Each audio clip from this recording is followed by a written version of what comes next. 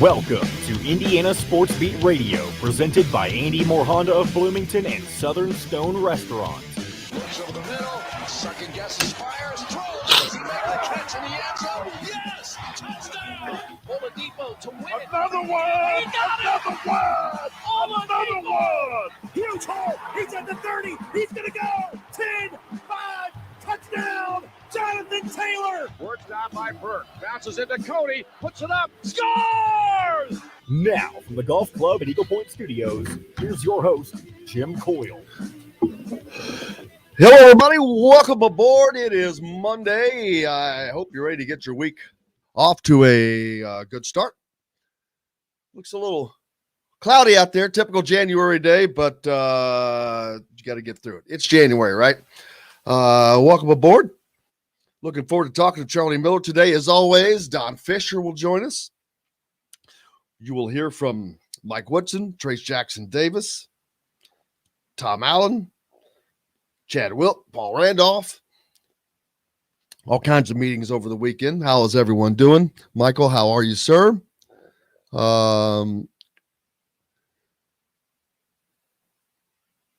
Jennifer, hope you're having a good morning.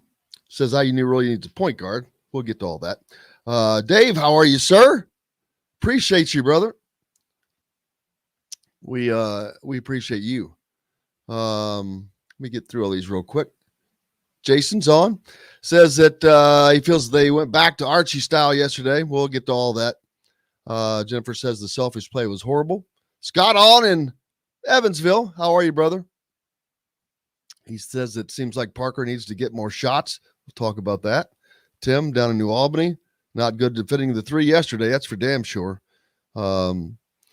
Sean says, talks about a Twitter post he saw that has some disturbing numbers for the first and last minutes of the half.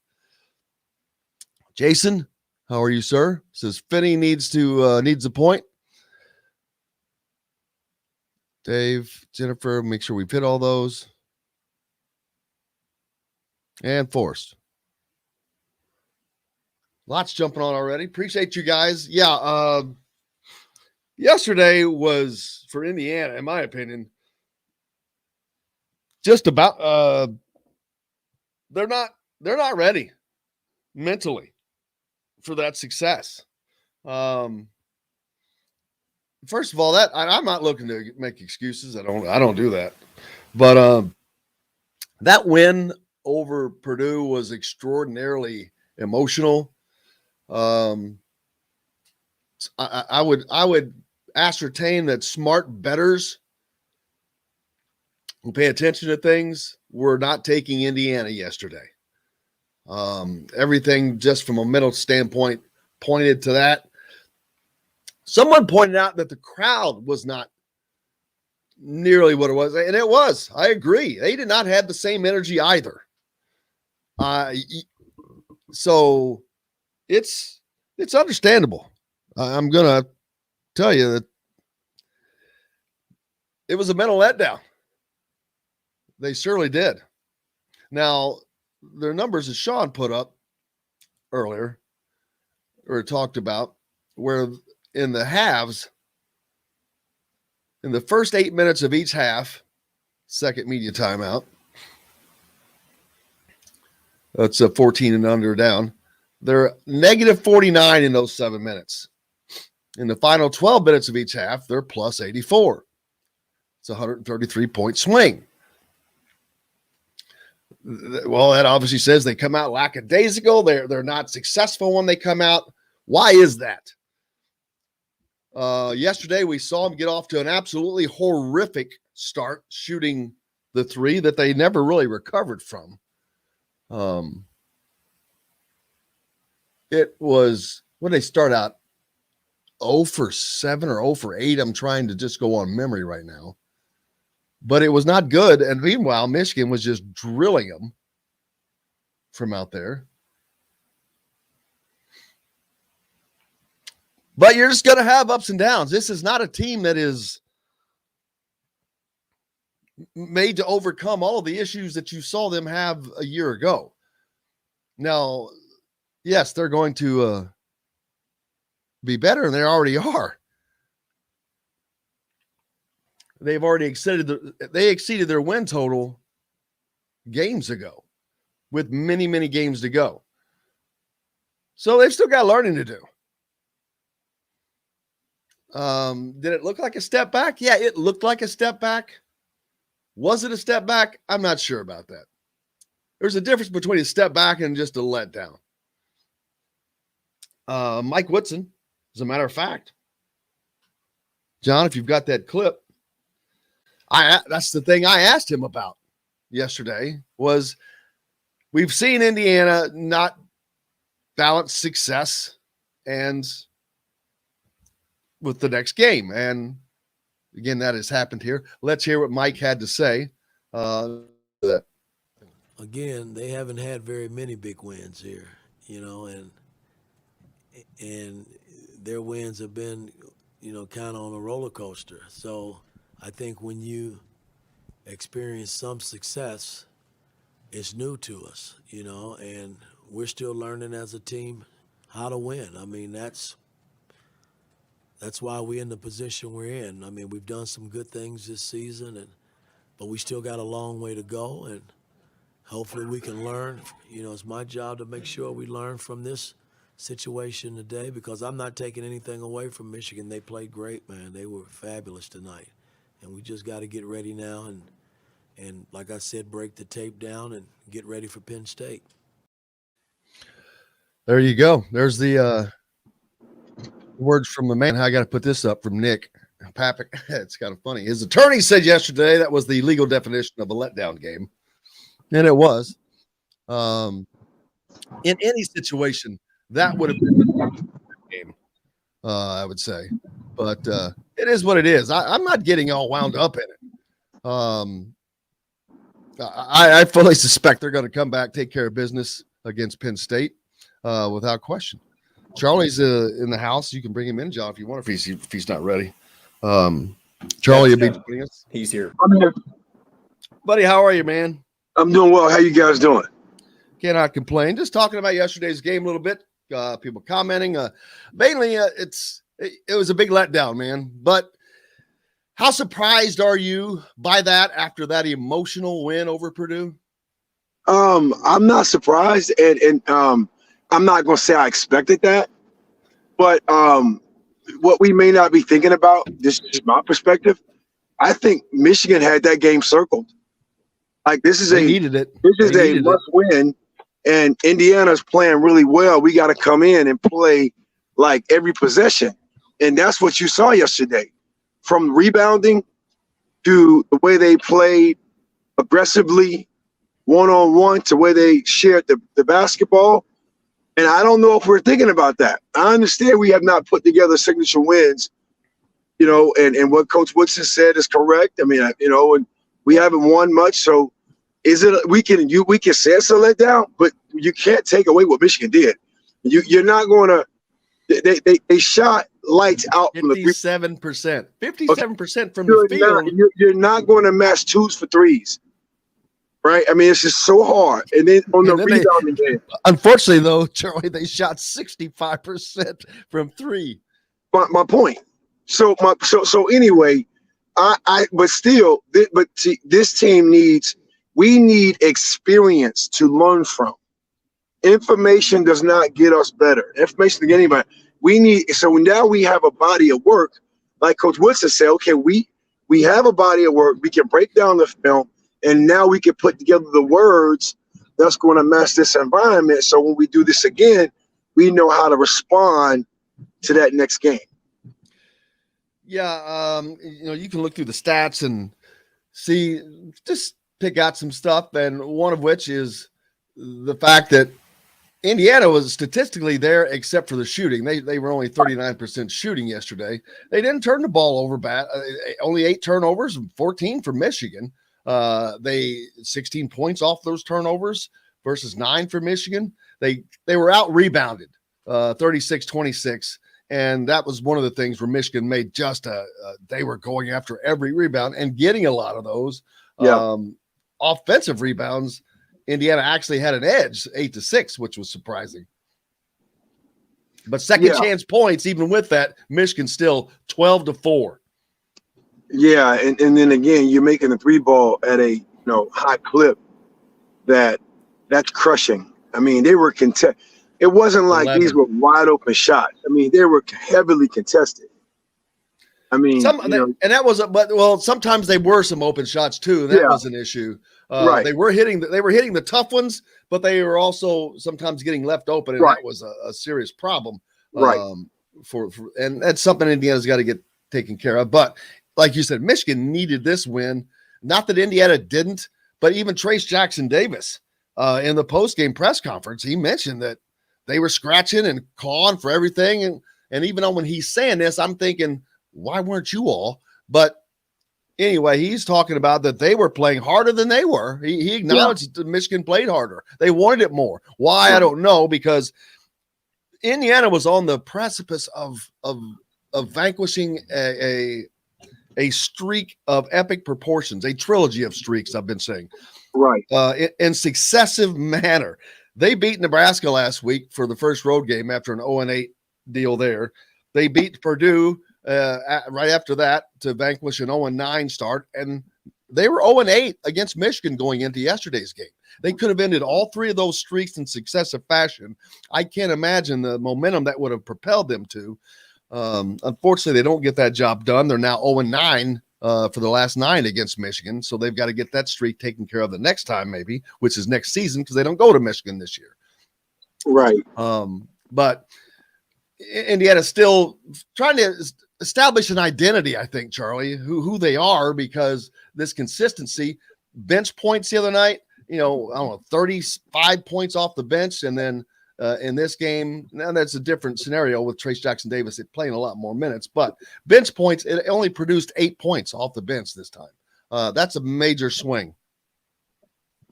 That's a tremendous swing. So, you played a lot more guys in the Purdue game, who knows why, to produce those kind of points. And then you only get 8 points. That means you have to play your starters remaining, a lot of times. And that's where your production was coming from. So you got to think about that let down in a sense of inconsistency. So again, like I said, man, there's more body of work, right? I think we're starting to gain an identity, right? Heck, I mean, we played just as good as you could play against Purdue with Trace not being active, but you had a guy like Rob step up and score major points and have a tremendous first half. So, I don't think you can rely on that. But we can get a little more consistency out of him and other guys on the bench. I mean, again, and Trace the way he plays and commands attention. I think you could be a force to be reckoned with, man, later on in the season, where you put yourself in a position to actually, gain a berth to the NCAA tournament. Absolutely. They've got to win, like the Penn State game. Of course, I hate calling that a must-win game because you just simply can't lose to a Penn State at home. The Michigan game, they're only their first loss of home this season, which you don't want to lose any. That was Mike Woodson's one of his mantras is protect home court advantage. We're not able to get that done yesterday, but I fully expect that they will come back against Penn State to get that done, and that caps a 3-game homestand and before they go back out on the road. But they need that as well before they get back out on the road. They've got to get back that winning taste again in their mouth. Right. No, and you hope, that they gotta, again, this is a lesson. We are who we are. I mean, we're I think sometimes, I mean, for me, it's like Coach Wilson's been there forever, right? It's only been not even a whole season. But man, they've made tremendous gains that have been very positive, and it looks like they're prepared to play. We're learning to play through some things, but I think they're going to be okay. I think they're going to be okay. And, I think this is going to be, again, an experience that you just can't go into without really understanding to put together signature wins like you talked about. Let's take a quick break. We've got the great Don Fischer coming up next here on Indiana Sports Beat Radio, brought to you by our good friends at Southern Stone Restaurant, located at Patterson and Rogers in Bloomington, where you can find Don Fischer tonight along with Mike Woodson for Inside Indiana Basketball at 7:05. We're back with more Indiana Sports Beat Radio right after this. We'll be right back to the Golf Club at Eagle Point Studios for more Indiana Sports Beat Radio with Jim Coyle, presented by Andy Moore Honda of Bloomington and Southern Stone Restaurant. Whether it's a celebration or... Hello, Mr. Don. Jimbo, I will How are not you, be sir? there. I will not be there tonight. Okay. I didn't do the game yesterday in Bloomington. I did the game from my office here at my home. Oh man. Sick? You didn't Feeling know down? that, did you? I No, did not. I have COVID. Oh man. Well, I'm fine. Trust me. I don't sound that great, but I feel fine. I'm not really Good. sick. it cracks me up when people think of when someone else like yourself gets it and they're like, oh, it's almost like I'm like, dude, there is nobody on this planet that is not going to freaking get it. I haven't gotten it yet, but I know it's a matter of time. I cannot believe you haven't gotten it yet, Jim. I can't either because I take no precautions. I mean, I'm like, I got my shots, but I'm like, I take no precautions. It's coming. It's like it's the flu. It's not going anywhere. It's coming. So yeah, I'm gonna catch it. So I've heard people are actively seeking it out so they can go ahead and get it over with, or just letting themselves. That's kind of what I've done. I've seeked it out. No, I'm not vaccinated, nor will I be vaccinated. Literally, I know people say, well, what are you stupid? Apparently I am, because I don't believe in it. I mean, I've been vaccinated before for other things, but the only time the one time I got a flu shot, I was sicker than a dog. Yeah. So I've never gotten a flu shot since then. That was 20 years ago. And this vaccine is not a vaccine because, number one, vaccines take 10 to 20 years to come through. And this thing took place in a year's time. It's not a vaccine. I'm just telling you that. That's my opinion, and I'm welcome to it. And I don't put my opinion out there for anybody else to believe, other than I just express myself. well, I'm glad you're not feeling bad. I feel fine. Absolutely. Now, do you just have to do the 5 days? That's my understanding of it. I'm going to I got tested on Thursday, and the test it was a PCR test from the Bloomington Hospital. Rink set it up for me, and the test came back inconclusive. They couldn't we can't figure this out. I mean, they must have ran it 3 or 4 times supposedly. So I took a home test yesterday, and it said I was positive. So I'm treating it as I've got it, and 15 seconds. I assume that I'm going to be ready to go on Wednesday, but we'll see. If I don't, I'll be doing it virtually like I did yesterday. Here we go. Where you live, we should be. Ask for Indiana Sports Beat Radio. This segment is brought to you by Andy Moore Honda of Bloomington. Now back to the Golf Club at Eagle Point Studios for more Indiana Sports Beat Radio with Jim Coyle, presented by Andy Moore Honda of Bloomington and Southern Stone Restaurant. Hey, welcome back. It is Monday, and that means the great voice of the Hoosiers, Don Fischer, joins us. Charlie Mither's with us as well. Don, how are you, sir? I'm good, except for the cold symptoms that I have. I'm good other than that. Well, the voice still sounds good, man. And I know coming off of, we'll go back to the wind. We haven't spoken to you over Purdue. Everyone, we've heard the call on that. It's so great to hear that again. We had some people complaining about the students rushing the court. Even an old curmudgeon like myself I was like, I don't care. Let them rush the damn court for once. I mean, let them have some fun. Those students have been through hell for the last 6 years. Let them do whatever the hell they want to do. I don't care. I really didn't. It was but it was an electric environment like I thought it would be. The crowd was into it. Every one of them, the players, it was fun. It was Assembly Hall of the old days, and it was a hell of a night. It was. There's no question about that. A really fun night for everybody that was involved from an Indiana perspective. Obviously, not so much for Purdue fans, but Indiana broke a 9-game losing skid. It had to happen. If it doesn't happen, when is it going to happen? and to knock off the number 4 ranked team in the country. Just a huge feather in Indiana's cap. And without question, the biggest win of the season. I said yesterday, that's the second time we've said biggest win of the season, because Ohio State was a huge win for that program as well. To win those 2 ball games and do it in Assembly Hall is special. There's no question. And everyone wanted to see that happen yesterday. It was Mike Woodson's first Purdue game, so he was able to get his first victory over the Boilermakers in his first try.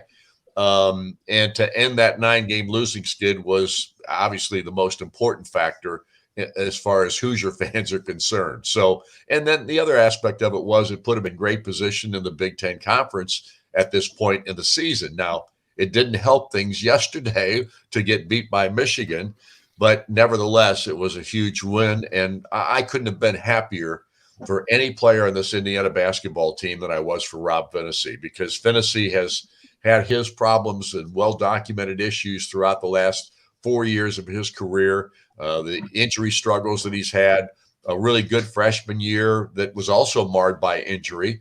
But nevertheless, he comes back the next 2 years and things start to slide. His confidence is lost. And he comes back this season, and Mike Woodson's kind of tried to retread him, so to speak, with coming off the bench and what he's been able to do.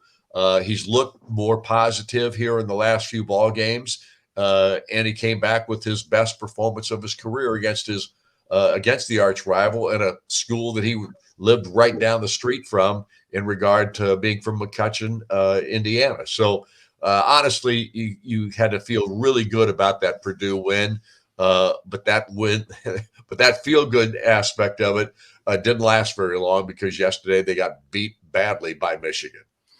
Well, going into it, I was hopeful. I was like, man, I think Indiana can really do this with that confidence.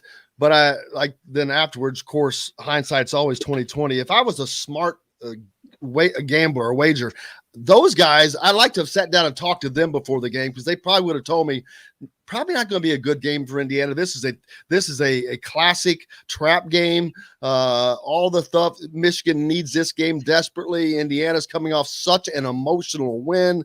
All the things that would have gone into a reason that they could have lost yesterday were there. The recipe was set, and they fell right into it. I mean, they're not going to make an excuse for losing a game at home, but the recipe was there, and they fell right into that. The guards did not. It was a different lineup. Trace Jackson was able to play a lot more yesterday, and so they're back to a different type of game where the guards weren't quite as instrumental as they were the day before, but couldn't hit the outside shots, and it just killed Indiana, because Michigan was they were hitting 3-pointers like layups. They were. I mean, they played so well yesterday. 11 of 17 from the 3-point line. Indiana's defense against the 3 was awful yesterday. I mean, I don't know how else you describe it. They couldn't stop anybody from getting a 3 off, and those 3s were falling like rain in this matchup with Michigan. So that was a big, significant factor in this contest. I also thought Hunter Dickinson was spectacular yesterday. He played so well in virtually every area. Passing the basketball, I think he had 4 assists on top of his 25 points. He was efficient shooting the ball, 9 of 12, 3 of 4 from the 3-point line. He did everything that you'd want a big guy at 7'1" to do, and showed that he is definitely a pro caliber NBA type player if he wants to go at the end of this season.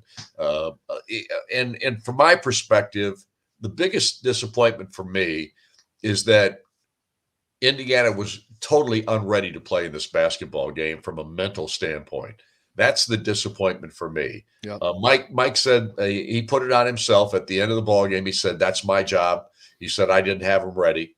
And I agree with that. He didn't have him ready. And I don't know why they weren't ready, because this team has enough of the veterans on it. Even Miller Kopp, who's from Northwestern, he knows this as well as anybody.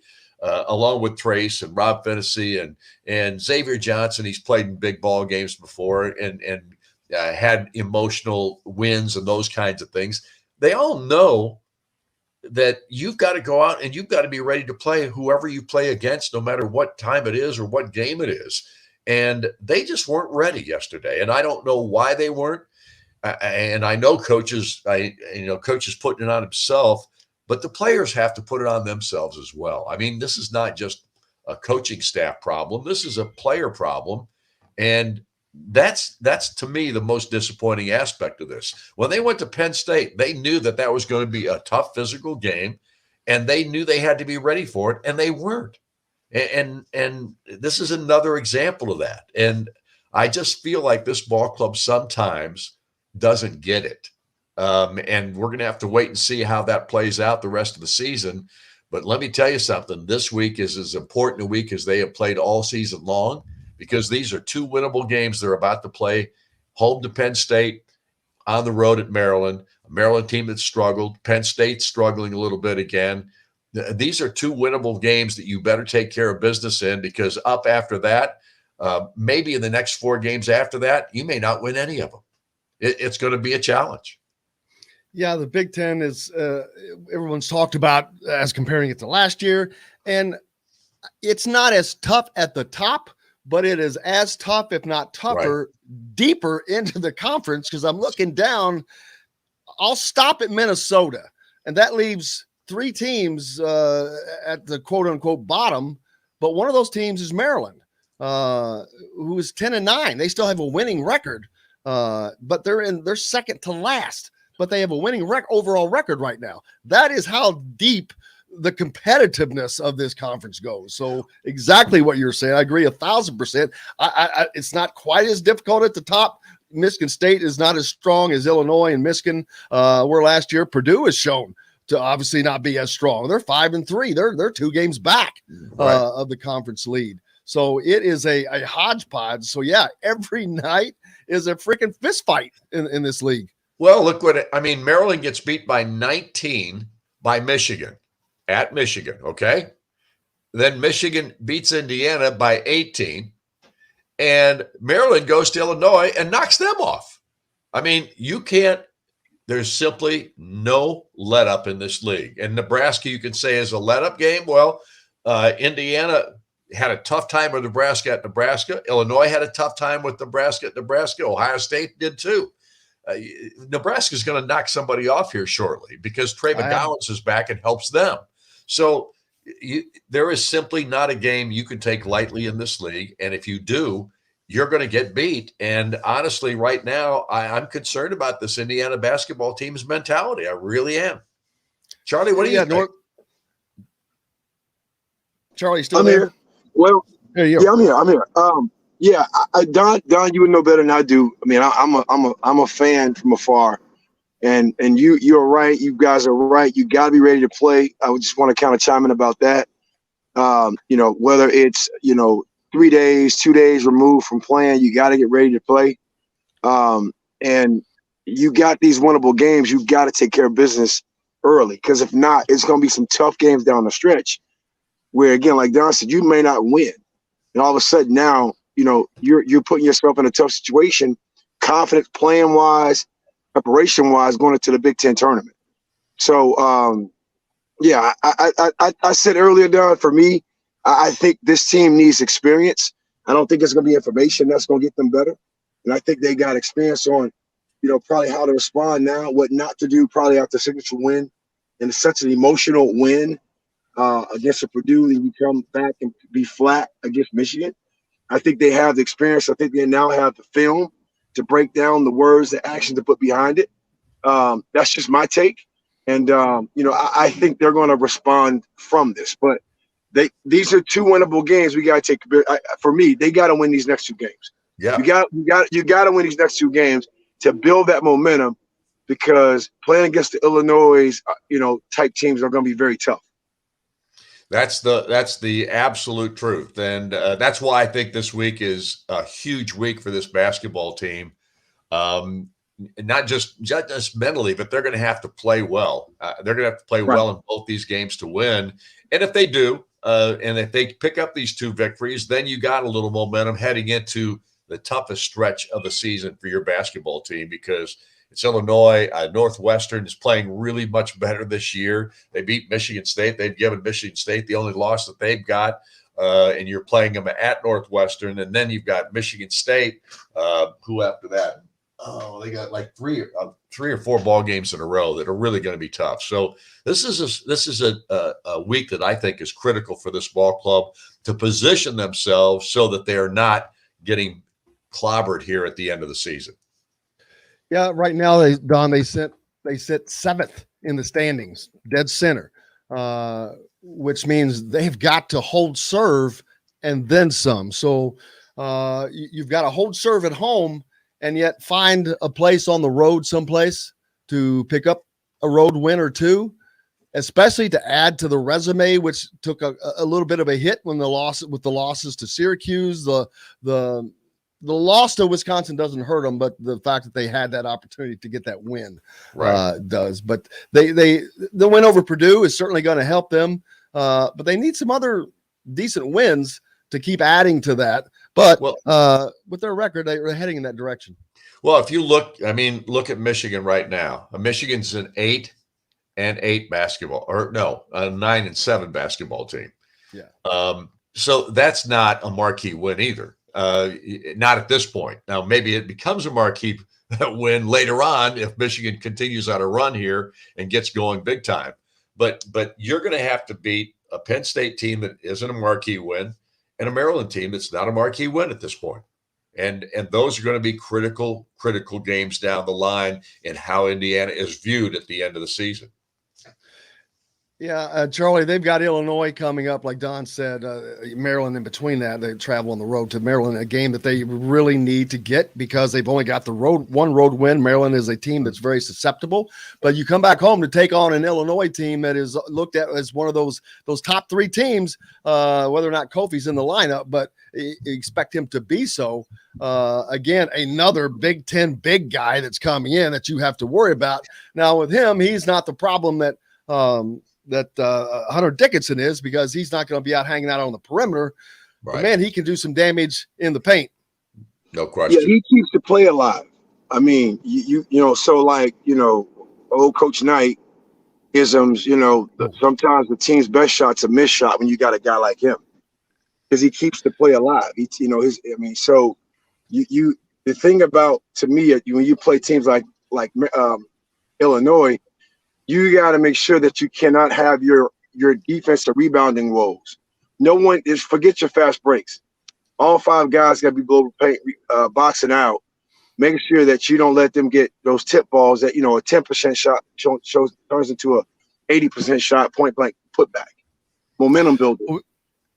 We got to let Don get running here. So is the show going on tonight? Yes, Austin Render will be sitting in for me tonight because I cannot be there in person. As you know, I'm in quarantine, as they say, at this point. So under protocols. What's that? What's the official? Yeah, what's protocol? Exactly. I'm in a protocol scenario right now. I think, what was it? Well, one of the guys I talked to this morning said, the only thing positive from yesterday was Don Fischer. Positive. Get it? That's a good one. Got to give him that, man. That's a good one. Well, Don, buddy, I hope you stay well. Looking forward to seeing you on Wednesday. I hope the rest of your week is good, and stay well, buddy. All right. Thanks, guys. Appreciate it. See you. Thank you. Yes, the great Don Fischer joining us here on Indiana Sports Beat Radio, as always. And we're back with more. Charlie Miller's with us. Good to talk about the NFL, man. How about those games yesterday, especially that last game? Holy, so many people saying it's the best playoff game they've ever seen. That much more back on Indiana basketball, or Indiana Sports Beat Radio right after this.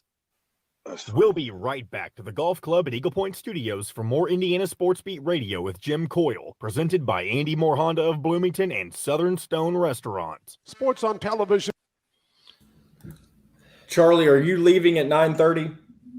That's it. No, 9:30 is when class starts, so I have to get off now. That's okay with you. Oh, okay.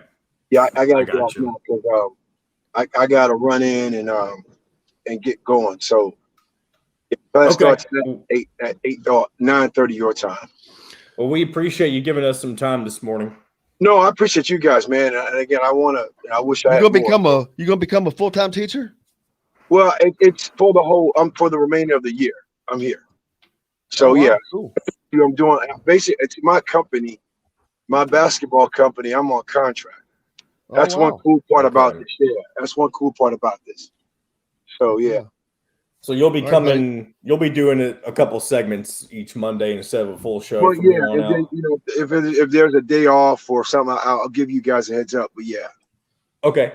Good to know. Okay. Thanks, Charlie. I appreciate it, guys. Thank you, man. All right, See you. fellas. Listen.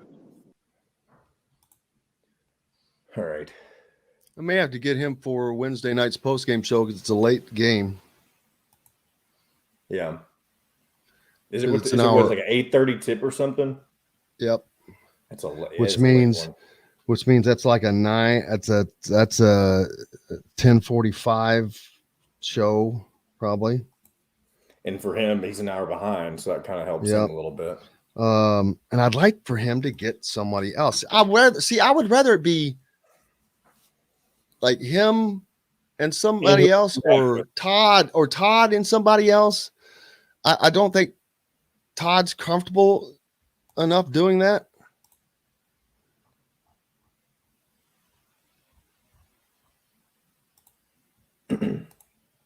Yeah, that's kind of surprising, but you would know better than I would.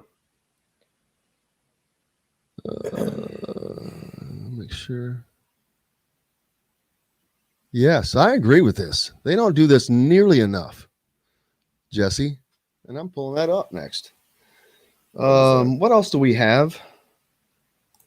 The football clips, and you didn't use the Trace Jackson Davis clip. All right, so I'm TJD. trying to think of who. Clip. I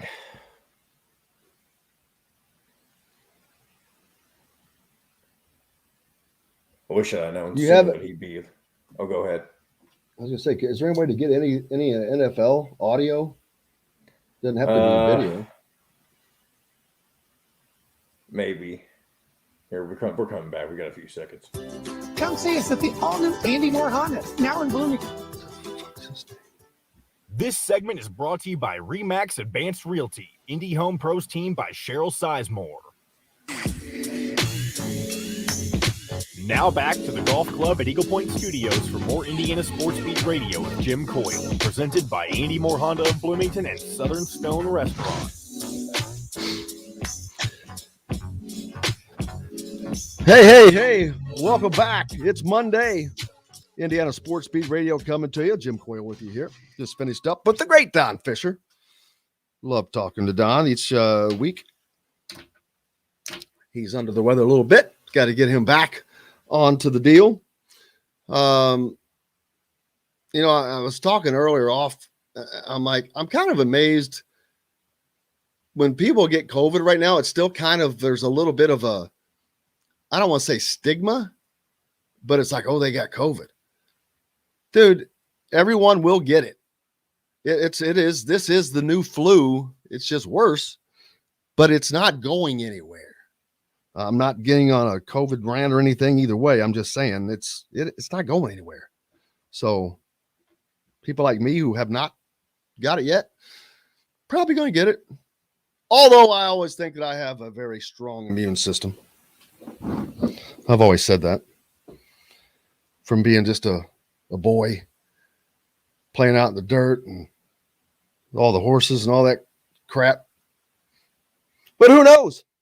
Austin Render, man, congratulations to him. I bet he's excited to getting to host the Inside Indiana basketball tonight at Southern Stone Restaurant. Haven't been out there for a couple of weeks. Been busy.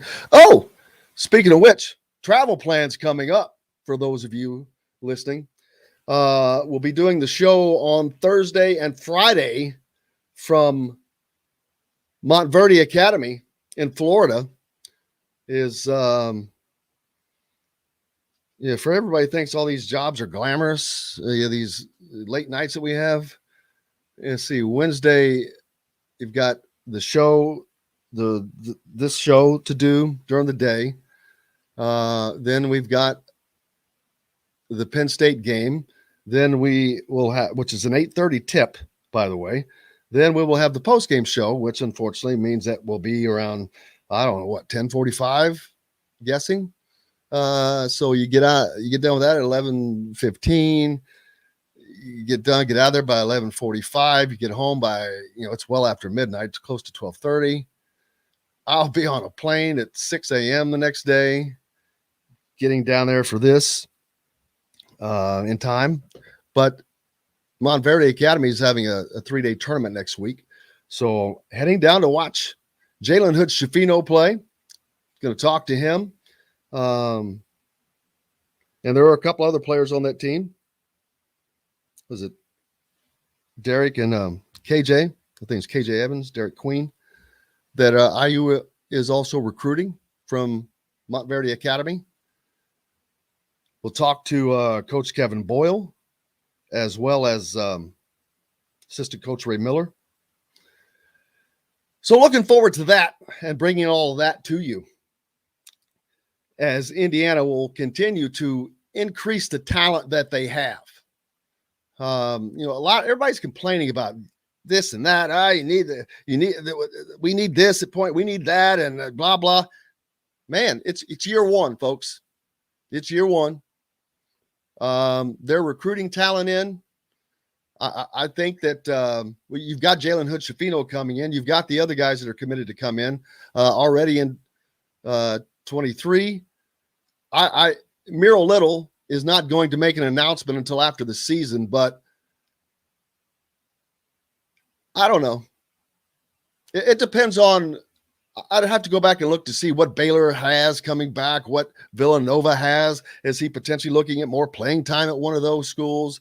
But based on where Indiana should be by the time he's ready to come play, this program should be continuing to move forward. Baylor is riding high right now. They're coming off of a national championship. That's great. Villanova, a few years removed from a few national championships, but still with a good team right now. But people like Miro Little are the guys that can make the difference for Indiana getting back to being right there in that same group.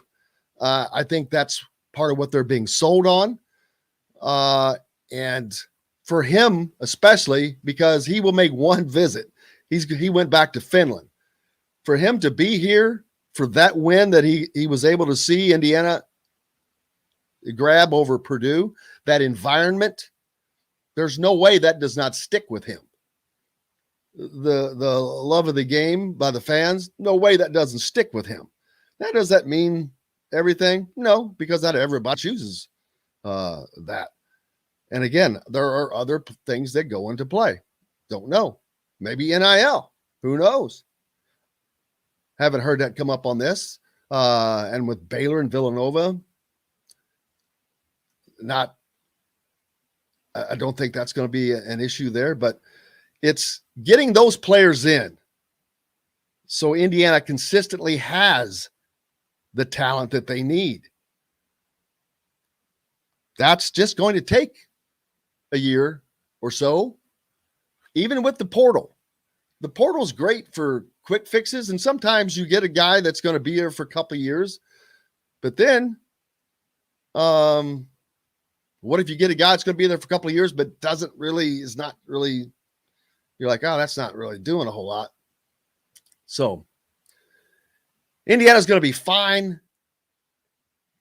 You wanted improvement. You got that already. It would be one thing if they were barely better than last year. They're not. They are just flying past not only the success of last year, but the overall feeling, the eye test. Now, I say the eye test, and a lot of people are going to go, well, wait a minute, because there have been games. You can say yesterday was one, but if a team is going to have a letdown, why would you not expect that team would have a letdown? They've had 4 years of that for the guys that have been here. That's what it has been like. You're not going to just get rid of that in a game or two, in a few months. It You're talking about the program, not an individual.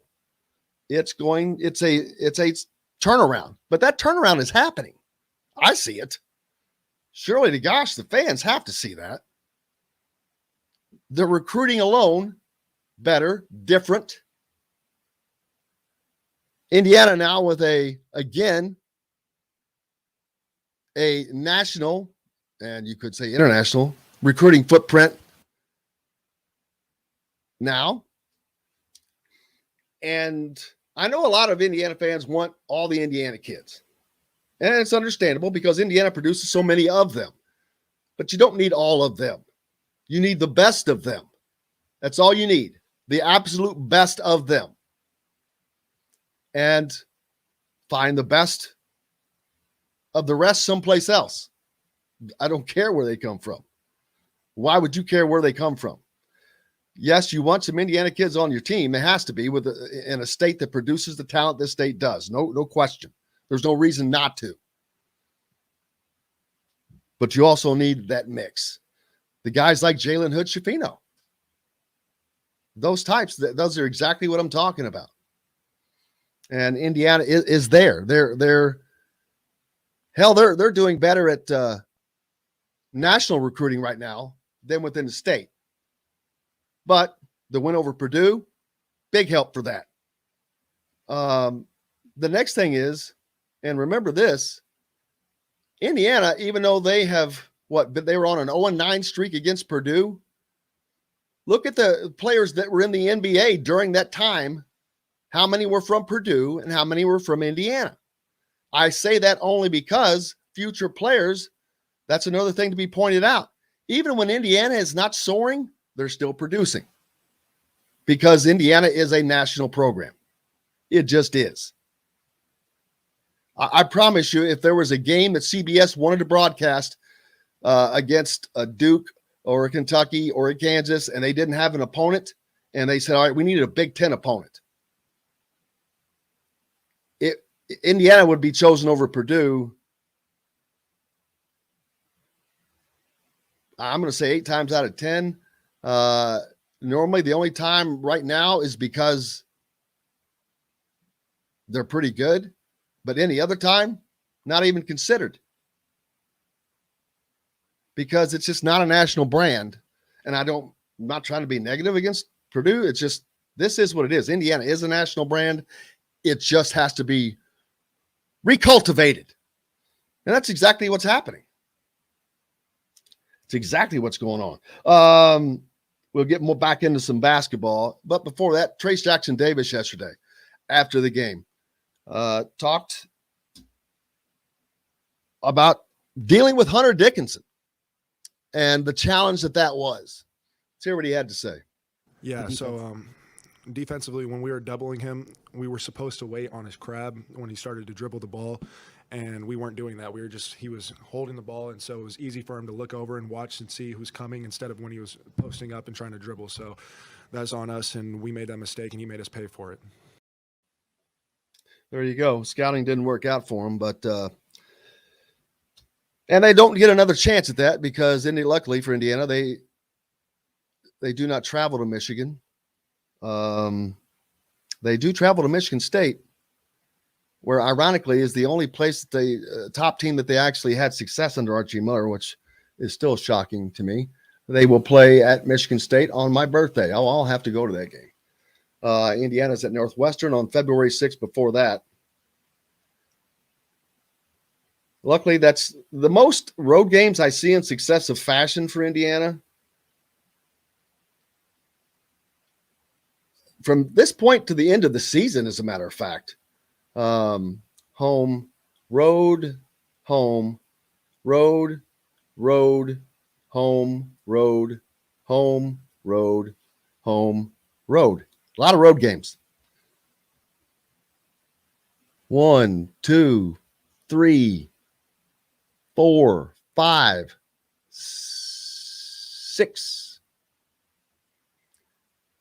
6 of the remaining games are on the road. That has not been a good place for Indiana to be, obviously, with one win. You look down there and Rutgers, well, that's a home game. Minnesota, they're in the bottom of the league, but they were playing well enough that it's going to make you wonder. Indiana's got to go to number 19 Ohio State. You already know that's going to be difficult. You get Wisconsin at home, that's going to be difficult. You have to travel to Michigan State, that's going to be difficult. Got to go to Maryland. What? 1, 2, 3, 4, 5, 6, 7, 8, 9, 10, 11. 11 games remaining. Where are we on time? I'm going to make sure. John, where am I on time? You got a couple minutes. All right. How many did I say? 11 games remaining. And then how many did I say were on the road? 6. So Indiana ends the season at Purdue. 1, 2, 3, 4, 5.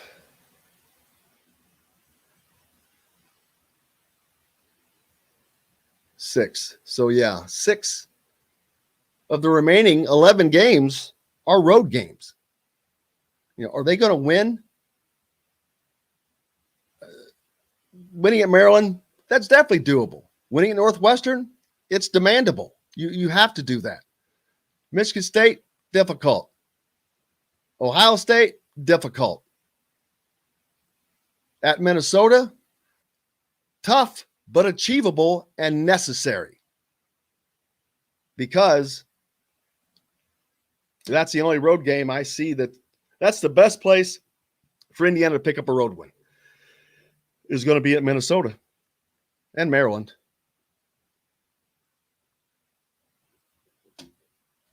But they need those.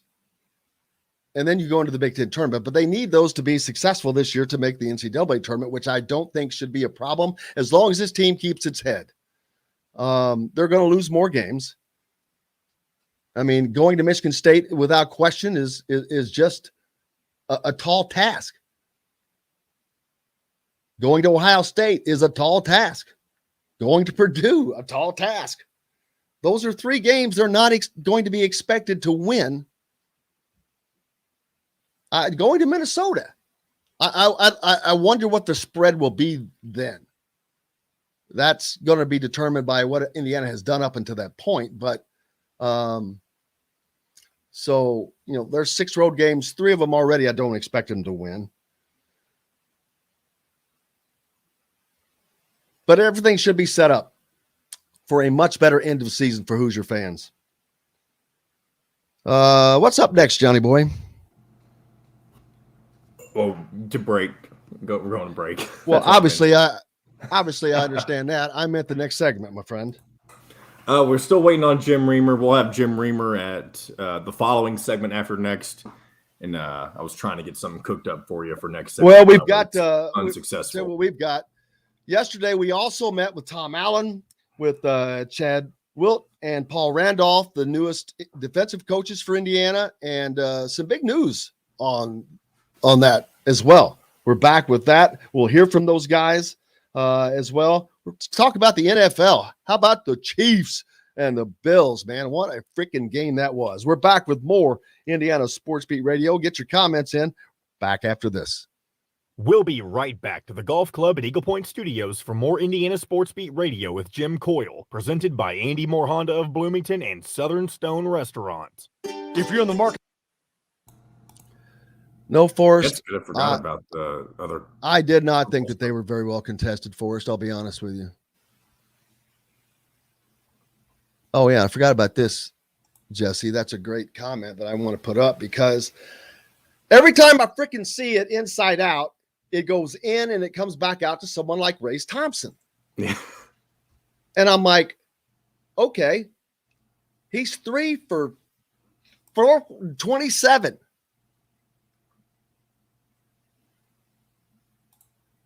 He's shooting 10%. He's put up nearly 30 3-pointers. He's hit. Why? I know that Mike Woodson wants that for his future, but that does not help Indiana now. He is not going to become a three-point shooter between now and the end of the season. No, I agree. And 3 for 27,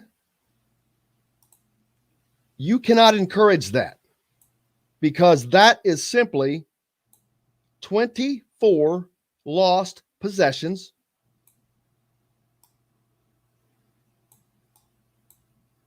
For no reason. And I don't have, obviously, the experience that Mike Woodson has. And I'm not even pretending to. But I don't understand that. I would like it. That's maybe a good question for when we come back on the air. I know that. I'm just sitting there thinking out loud. Maybe that's a question I need to ask.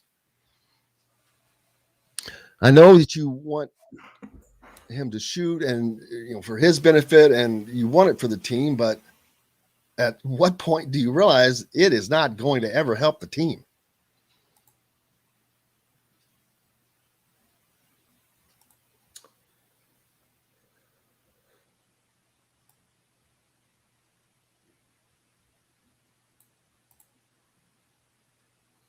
All right, where are we at?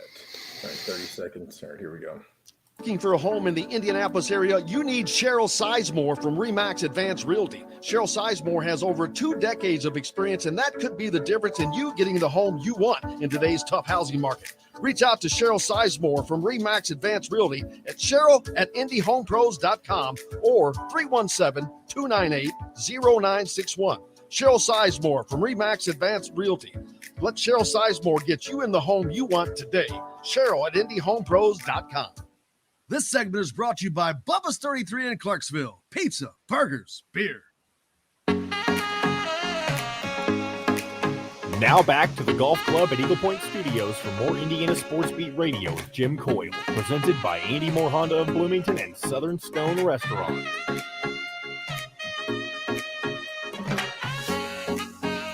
Welcome back, Indiana Sports Beat Radio here on this Monday. Jim Coyle with you as always.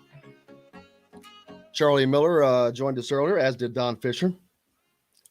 Yesterday, we met with Indiana football coach Tom Allen as he introduced Chad Wilt and Paul Randolph, 2 of Indiana's newest defensive coaches. Some news out of that, actually. We have to come back to that comment, wherever that is. Let me come back to that. Chad Wilt will, in essence, be the defensive coordinator, but Tom Allen will be calling the defensive plays, which I'm sure that makes a lot of people happy, as Indiana was extraordinarily successful when he came here as a defensive coordinator, and Indiana was rolling. Pretty good season, COVID season under Kane Wamick with the takeaways, but man, oh man, last year that just disappeared, gone. So Tom Allen kind of reasserting his authority on the defense. Of course, turning the offense over to Walt Bell, the new offensive coordinator. Now, John, I don't know if you have this clip, but one of the questions I asked Tom was, how do you balance that as being the head coach? The head coach is someone who has to be in the game. They've got to know what's going on defensively. Try to grab that. They've got to know what's going on defensively, offensively. Where are you in game situations? End of the half, end of the game. You're always going to think about the Gator Bowl. Indiana was not prepared for the onside kick. Should have been this, that. Game clock management and all of that. We'll hear from him on that. What is the other clip that you do have, John? So it kind of covers what you're just talking about, but I don't think it's your question specifically. So that's why I wanted to go ahead and roll it and see if it kind of answers. Okay, well, let's go ahead and roll that one, and we'll try to find the other one as well. Yeah, so something that I've been thinking about for a little bit, and just as these things transpire, I just felt like it was time, and I'm excited about it. And there's just a certain product I want on the field for that side of the football, and the system hasn't changed, but I just feel like that having the last 3 years to be able to be in the role as head coach only, I've been able to grow tremendously, and I feel really good. So my goal was to be able to find a person that could be my right-hand man in the meetings, because what I found the biggest issue is when whether it's scheming during the week or you're working on things and things happen, you get pulled out of a meeting, to be able to continue to flow. And that's what I want to get with Chad, and to be able to have him be that person that's going to be the go-to guy for organizational purposes. And even during the game, to me, it was to be able to have the adjustments, to have his expertise and to be able to grow him through our system, and to be able to do what I need to do on game day when the offense is on the field and defense is back there making adjustments. And obviously still have the headset to communicate, but he'll be in charge of those, and to be able to handle that. And I think that to me was probably the biggest thing that I had to kind of grow through, the last few years, and even just the game day management part of it, which I feel comfortable with at this time, and how as I work with our clock management guy that's in the box, and that won't change. And so I feel like that, for sometimes you just gotta follow your gut on what you feel like is best for what your team needs. And but I've missed that part of it, and I just feel like that's definitely one of my strengths as a coach, and it's the reason why I'm sitting here in this position. There you go. Chad Wilt, who I think in talking to a lot of people that I respect, and after meeting with him yesterday, I think that I think he's going to work out fine. Of course, especially having Tom Allen helping him in a way that he's calling the defense is gigantic. I think that would change potentially again next year, but who knows? Maybe it works out to a degree that they like it and it's successful. And that's all that matters. Success. So he still has the title of DC. That's all that matters for him and his resume. But you do want to get that experience, because he certainly does not have that experience at the Big Ten level, although he has coached in the Big Ten. But he has that football mentality around him. You can tell when he talks. He's assertive. Seems a good guy. And like I said, I've talked to some people outside, non-Indiana people, and they like the hire. So looking forward to see how that goes. John, do you have anything from Chad? Yes, sir. All right, let's hear what's Chad talking about. I'll go ahead and play it. He's just kind of giving his opening comments about being the defensive coordinator, so I'll let that roll. As you look at how we're going to be structured and how we're built, this is the Indiana way, right? The Indiana system. When you talk about the takeaways, the tackling, the effort, that defensive DNA, that's not going to change. The things that we're going to value of, as you said, of being aggressive and really wanting our kids to feel comfortable and confident in the system, to know their system, to feel comfortable and confident in their fundamentals and their technique. All right, because when you can put those two things together, you know what to do and how to do it. Build that through spring ball, preseason camp. Then as you get into the season, it's going to allow them to really learn and study and know their opponent.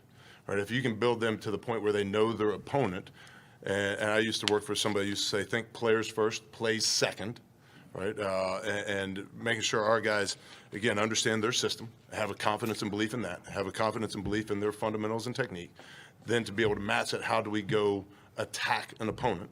And then finally, the great defenses, they do those three things, and then they play with phenomenal effort, they play with passion, they play with physicality. I don't think that's going to really be a whole lot different than coaches than what we're looking for here. There you go. As you can see, just hearing him talk, you can tell he's a football coach. He seems like I said, a solid guy. see how that translates onto the field. But positive feelings coming out of that, without question. What? Where's the you got? Do you have the clip yet that I was looking for, John? I'm working on it. Okay. Yeah, I'd asked that, with Tom moving over to, and if you have one with Paul Randolph, you can go ahead and play that one. Truthfully, one word: serving. Serving the young men that I have the opportunity to coach, and not just my position, but across the whole team, and just being an example of what we ask them to be. But to me, just serving them, and I call it TIME. Got to spend time developing relationships, developing trust, and once they know that they have my heart, they'll give me theirs, and then we can do great things. There you go. Coming in from Texas Tech, Mr. Paul Randolph. So he's been around some. Actually, he's got quite a few guys that are in the NFL here of late. So he understands development, getting those players, developing those players till they're moving to the next level. Because if you're not developing a player that's to moving on to the next level, then you're going backwards. But we'll see how that works out for Indiana, as they have their third defensive coordinator in as many years, and their third offensive coordinator in 4 years. New challenges for this team. But if you looked around the recruiting standings, you will see Indiana has for portal transfers, Indiana is number one in the Big Ten, based on some reports. But it doesn't. I mean, it shows that there's without question they pulled in the recruits even during all that turmoil, which to me is still utterly amazing. If this is a different program that had success in the past and was trying to get back, that would make sense to me. This is not that. This is not a program that has really ever had success, but yet they were able to maintain those recruits. I think that's mind-boggling, and that has to be a very positive sign, of course, to the coaching staff, but even to the fans. So a little surprising. John, have you got that clip yet? It's uploading. We'll have it in about probably 2 minutes or so. All right. In talking to Tom Allen, with him taking back over the defense, which I think a lot of people is going to like that. My question about that is, as the head coach, you have a lot of stuff going on. You have to be in the entire game. You can't just be dealing with the defense. You've got to know what's going on with the special teams, and damn sure what's going on with the offense, clock management, end of halves, end of games, all of that stuff. Just super important, obviously, that the head coach has to be the guy. And I'm trying to get down exactly what I asked him. 1, 2, 3, 4, 5, 6. There we go. How close are we to having that, John? Just got it. All right. What I asked him specifically was, going back to calling the defensive plays, having been the head coach for a few years now, has that given him the opportunity when the game comes down at the end to still be aware of the game situations, whether he's on offense or on defense? If he's with the defense and they're trying to plan something, but the offense is coming up and there's game situations, how's he going to be able to balance that and stay in the game completely while still dealing with defensive and all that strategies and all that? Yeah, it's a great question too. I think, Jim, that to me, what I am going to do, I'm going to assign one of our staff members and to be able to be in charge of those situations. But I think that the last 3 years have been invaluable for me to grow and to learn. Matter of fact, even so, as some situations transpired in the playoffs the last couple of games. So I would send a group text out to our staff and to talk about the situations that happened with clock management, different things like that. So I've really grown in those areas, and I feel like my comfort level, but even just understanding, per our rules for college football compared to those were obviously NFL situations, but a lot of the concepts are the same. And so I am going to assign somebody to that responsibility to be able to do that. We already have a separate individual that does all of our game day analytics, and so that will stay consistent. And I communicate with him throughout the whole game about the uses of the clock, the going forward on fourth downs. There's obviously, at the end of the day, it's a gut decision that you make as a head coach, but we do utilize the data to give us a baseline to go off of, so that will be consistent. And I thought that's really helped me a lot, so that won't change. So, but I think the biggest thing is having someone that I trust that will be with the defense on the sideline, and that will be Chad's responsibility, so that's what, and like you said, we also have from the back end perspective so much experience back there, and guys have been with us for many, many years. I mean, Brandon's been here longer than I have, that's why I feel good structurally in that regard. But I said, like, the biggest thing to me is having someone to take charge of the defense and make those adjustments, which will be Chad's responsibility as I turn and go and make sure everything's being done clock management wise the right way with timeouts and different things with the offense on the field. There's head football coach Tom Allen talking about managing, being the head coach and taking over the defense, as he announced yesterday. So there you go. We got plenty more coming up here on Indiana Sports Beat Radio. We're going to talk about it. Indiana losing yesterday to Michigan. They've got Penn State coming up. We're going to get back to that. Plenty more, and we'll do it right after this. We'll get to your comments as well. Brought to you by our good friends at Bubba's 33 in Clarksville. Make sure you go down. If you're Southern Indiana, stop by. Fresh food made daily. Pizza, burgers, beer. Back with more Indiana Sports Beat Radio right after this. We'll be right back to the Golf Club at Eagle Point Studios for more Indiana Sports Beat Radio with Jim Coyle, presented by Andy Moore Honda of Bloomington and Southern Stone Restaurant. Whether it's a celebration. All right, you'll have Jim Reamer here shortly. We broke a little early, but he'll be here in a few That's minutes. Okay.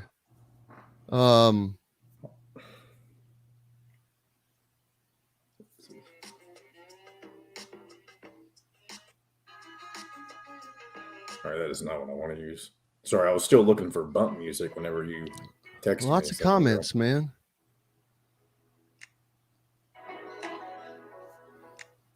Yeah, what is Indiana's record right now? 14-5, I think. That's just off the top of my head.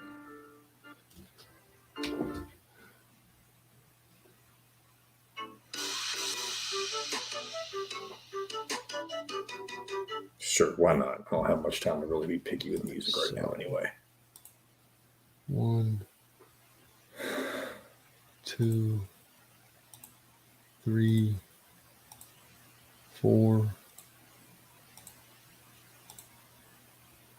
Wow.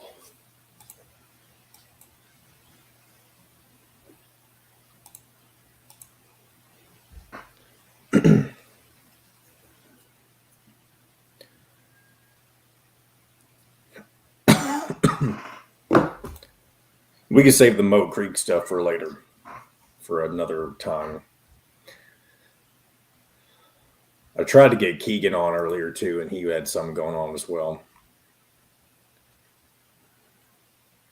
This is not our luck today, but we'll have Reamer.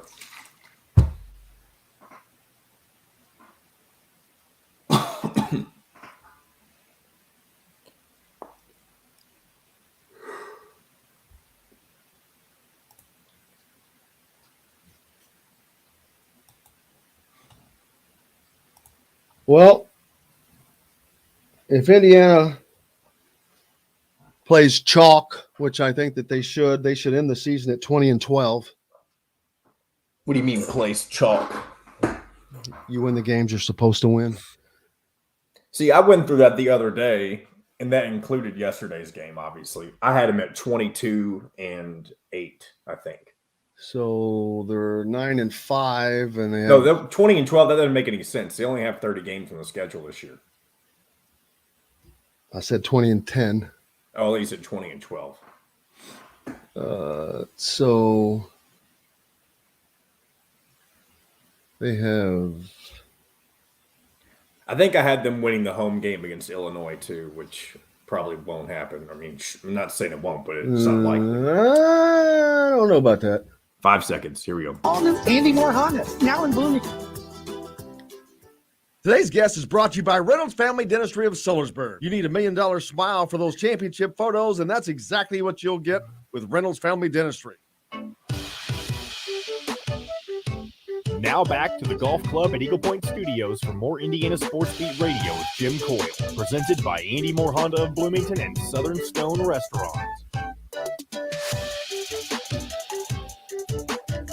Well, welcome back. It's Monday. Indiana Sports Beat Radio with you. Hey, don't forget, tonight out at Southern Stone Restaurant, located at Patterson Rogers, right here in Bloomington. 7:05 Inside Indiana Basketball with Coach Mike Woodson. Austin Render sitting in for Don there tonight. But great place to go out and catch up with the coach, have a great meal. Next year, that will be in a different location. Looking forward to that. Not Southern Stone's great, but it's a different, same restaurant group. Jim Reamer jumping on. How is it going, man? It's going well, man. Thanks for having me. Always. We've been talking about a lot of different things, but Indiana basketball, of course, one of the main topics. Right. A good overall week for them. They didn't end it the way they should have, but they vanquished.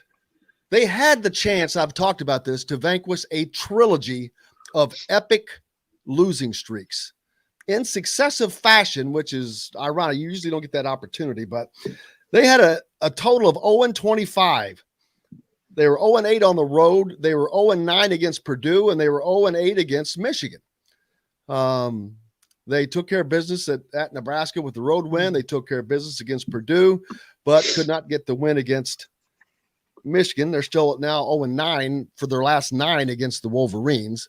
Of course, that was Archie never beat Purdue or Michigan. I think that'll change. Indiana doesn't have to go to Michigan this year, but Michigan just played a hell of a game yesterday. Indiana was very flat. They were emotionally zapped, and Michigan shot the crap out of the ball. Yeah, that part of it you can't. And the defense, the perimeter defense was terrible. Yeah, that part of it you can't change too much. Hold on a second, let me make sure my mic's working here. Is that any better? You sound good. Oh yeah, it does sound better actually. The part of it with Michigan shooting, some of that you can't control. Obviously, you could contest better and put yourself in a better situation, maybe spacing wise, defensively being sooner to help, so you can be sooner to recover.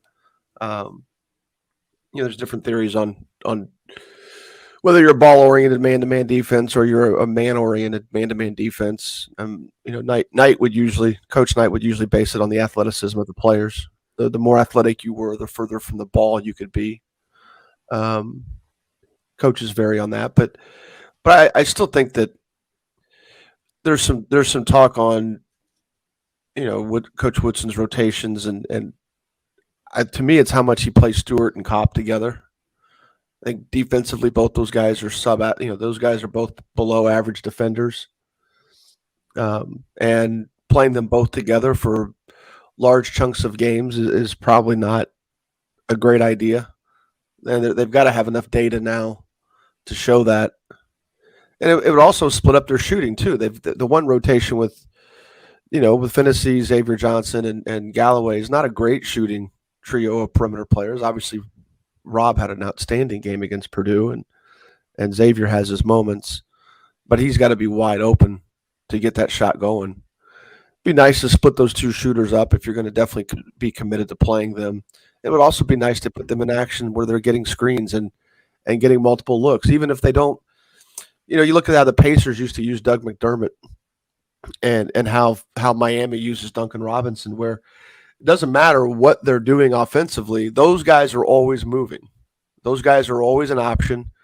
Duncan Robinson could have 11 points. Now he's struggling this year, but especially 2 years ago when they got to the finals in the bubble, he was constantly in motion, whether it was for him or whether he was just a diversion. He was always moving, and the same thing with McDermott last year for the Pacers.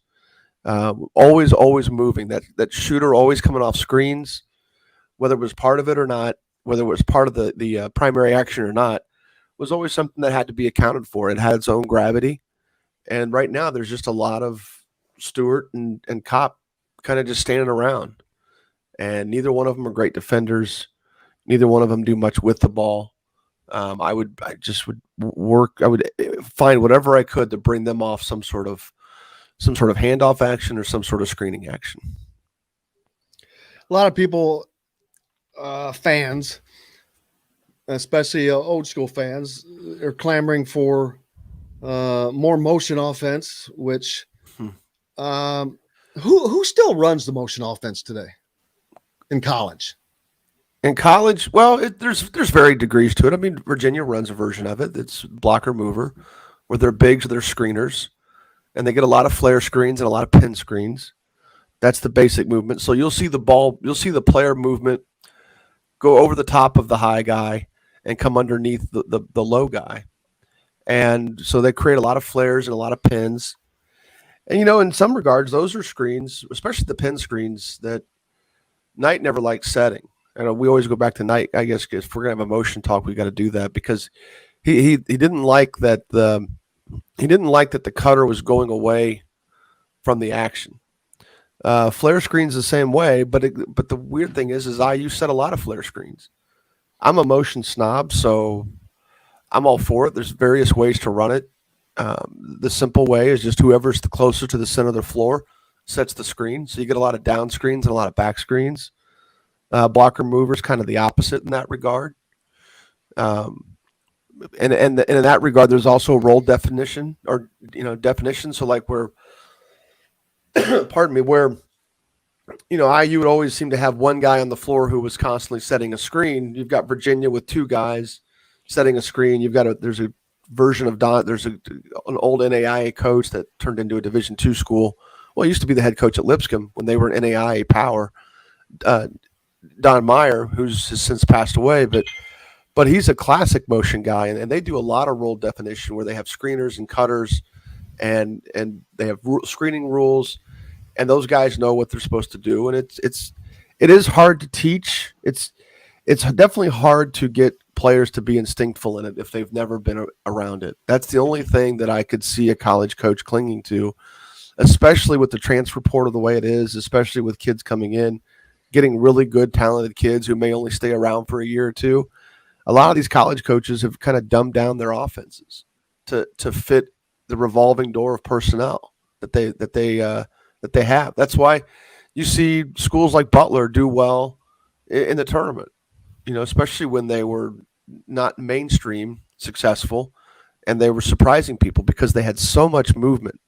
They had so much motion, and not necessarily just pure motion, but just so much movement and so much complexity that their stuff was hard to guard. And sometimes you get these teams that really aren't hard to guard schematically. They're just hard to guard because of the talent. And then you see what happens when they play teams that can match their talent.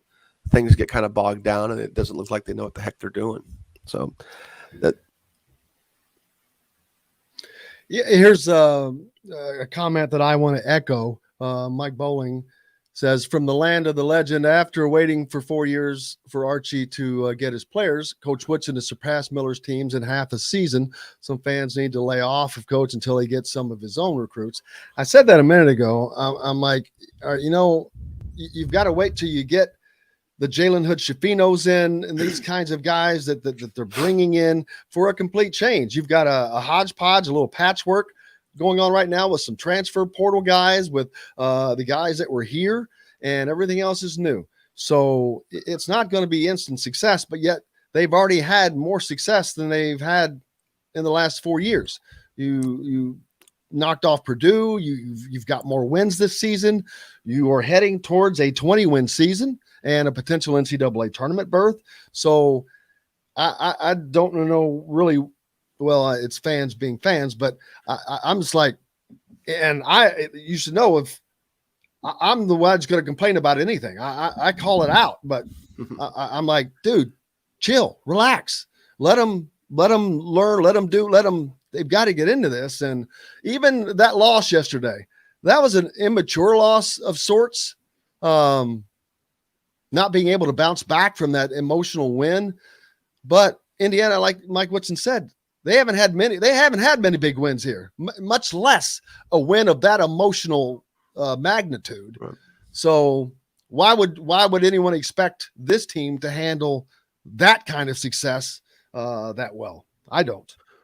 Well, it was just the expectations of who they hired, and when you build it up in your mind that okay, we're back. I mean, people were declaring that IU was going to be back in April when they were, look, I've said from the beginning that I didn't think they necessarily needed to hire an Indiana guy, but I know that Coach Woodson brought with him a very good story that's sincere. That's not just him telling a tale. I was more excited about what he could do recruiting Central Indiana and Marion County than I was necessarily about him being an Indiana guy. I mean, it's definitely a bonus, but people were anointing him an immediate success, and before he'd ever coached a game. Now he's not disappointed in that regard. I don't see anything other than not being completely in love with what they're doing offensively and how it kind of sometimes even varies from game to game.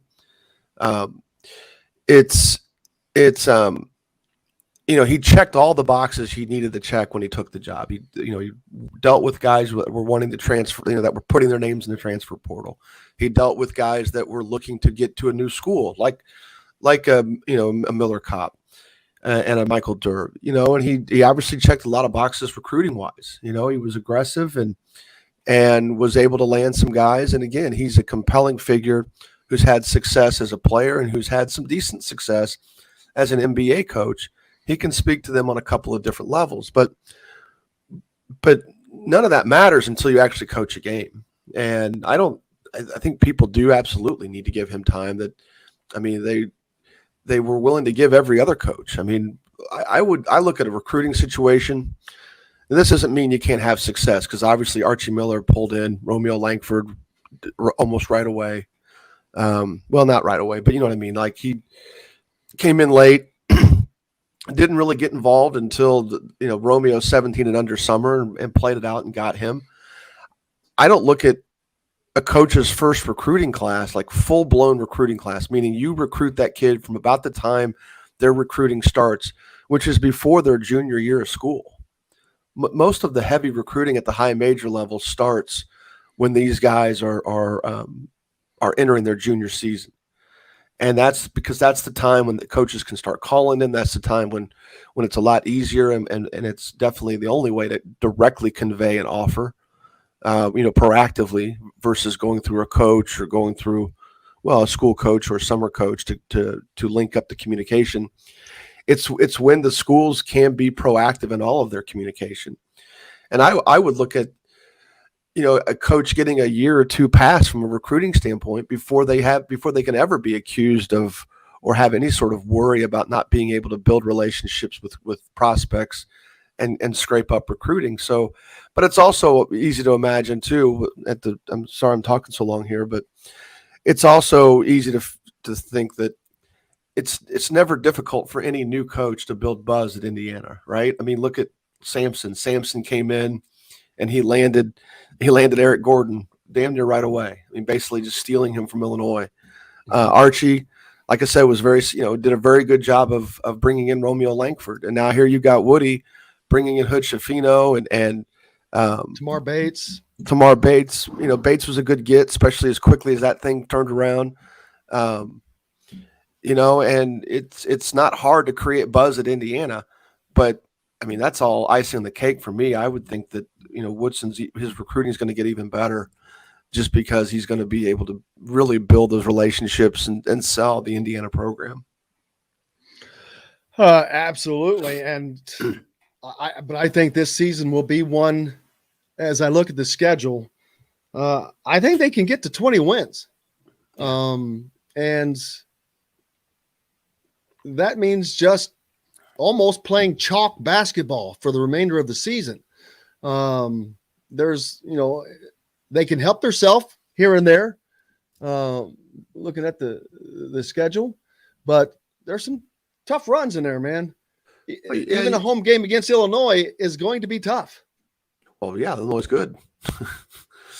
Illinois is really good, right? I mean, yes, very.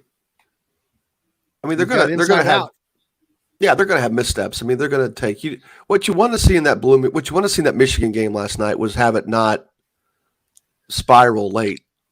You don't want to see the struggle and have it end up being an 18-point game. You wanted to see them. There's no moral victories, but from just a coaching standpoint, as you go back and you talk to your assistants and as you prepare for your next game or even show them the film of this game, you want to be able to walk away and realize that, hey, when it was really time to get going, they did bounce back a little bit, and that just didn't seem to happen in the second half. It just seemed like they never could get any traction. Credit Michigan for that, because I mean, even though you really can't control how well you shoot sometimes, they just never seemed to be like they were trying to fight their way back in the game in the second half. There was never any fight. That would be the only disappointing thing to me. Because I don't think Michigan's really an 8-7 team. Have they had some issues with their roster that I'm not paying attention to? Do you know, Jim? Oh, I was question. Yeah, Michigan. Do you know about have they had roster issues as to why they're just only 8-7 coming into that game last night? Well, yeah, COVID. Yeah, they had games. Oh, there's a lot of canceled. COVID. Okay. Yeah, they have. I saw they had fewer games. Back-to-back games canceled, and so now you limit practice. You get guys that are taken out of practice, and the COVID break really just puts you in a lurch there. It seems like some teams come out of it better, but yeah, they didn't get a good start to the season, and then COVID hit on top of that. So, but this is a team that, as we saw yesterday, they need to make a run, but they're Michigan I'm talking about, but they're capable of doing that. And that's a tournament team. They've got to get the wins with that slow start, but they're without question an NCAA tournament team. Yeah. To get 20 wins, IU's going to have to go undefeated at home and steal a road win. They've got 5 home games left. Well, that's not including the tournament though. The Big 6, Ten I think, right? I thought 6. They need 6, yeah. So they got 5 home games left. Well, you got Penn State at home.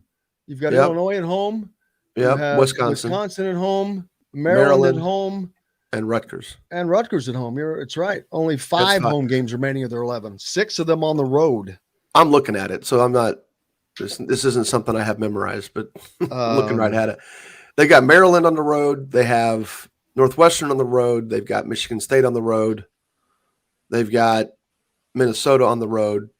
They got Purdue on the road. Two things will disappoint me. One, if they don't get 2 more road wins. Woo. It's just how it's got to be. I mean, if they want to be competitive. Well, Northwestern is a great opportunity for Indiana. And that's fine. It can be Northwestern or Minnesota. It doesn't have to be Purdue. But that's the second thing that'll disappoint me is if they just go into Purdue and get shellacked. I mean, I want them to go into Purdue and play that same kind of game.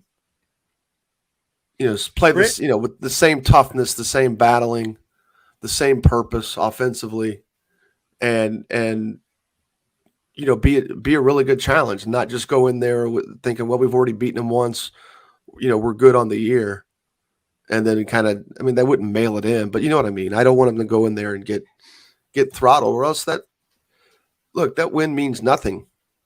It really does. I guess I'm not one of those guys that thinks any identity is wrapped in just Indiana beating Purdue. I'm just not that deep into it. Maybe I don't, and that's fine. People can say you don't get it, blah, blah, blah. But that's the thing IU fans used to accuse Purdue fans of, right? Their biggest win of the year was always maybe they beat Indiana, and for years there would be splits, and then Indiana would have better success in the tournament. and IU fans would make fun of Purdue fans for, well, all you care about is beating us. We care about winning championships. Well, you've got to get back to that mentality, and that's the way it has to be. We got to take a quick break. More Indiana Sports Beat Radio coming to you from the Golf Club at Eagle Point Studios, brought to you by our good friends at Reynolds Family Dentistry down in Sellersburg. If you're in Southern Indiana, you want that championship smile, go see our good friend Dr. J. He'll do it for you. Back with more Indiana Sports Beat Radio right after this. We'll be right back to the Golf Club at Eagle Point Studios for more Indiana Sports Beat Radio with Jim Coyle, presented by Andy Moore Honda of Bloomington and Southern Stone Restaurant. Whether it's a celebration. All right, in regards to the Maurice Creek text you sent me, so I've got 2 clips. They're both a little over 2 minutes. One of them is you talking to him about Ukraine. The other one is you talking to him about the TBT. Okay. That can be your topics of conversation. TBT and is he in Ukraine now? He just got there, and he just got there fucking days ago. I've got one of my former players over there. And he's not worried, and he acts like he's not worried at all. And I'm like reading there, and I'm like going, dude, you're out of your mind. They're reading stuff. They're talking about not being able to help Americans get out if they don't make. I'm like, dude, I'll be gone. One of my former players is over there on a church mission with his wife, with his newlywed. They've only been married. That's even more dangerous. Yeah, and yes, from a religious standpoint, it is. But I don't know. I haven't seen anything on his Facebook. I really hadn't paid much attention to it. I just knew that he was going to the Ukraine and thought, well, that was kind of cool. I mean, I'm not really religious, but it's great that he's found something that he enjoys and finds purpose in, and. Mm-hmm. And now I'm checking his Facebook feed and saying, "Who is he? Said he's coming home, or he's changing. They're changing their plans and all that." No, they're just going around smiling as happy as can be. Get the hell out of there, man.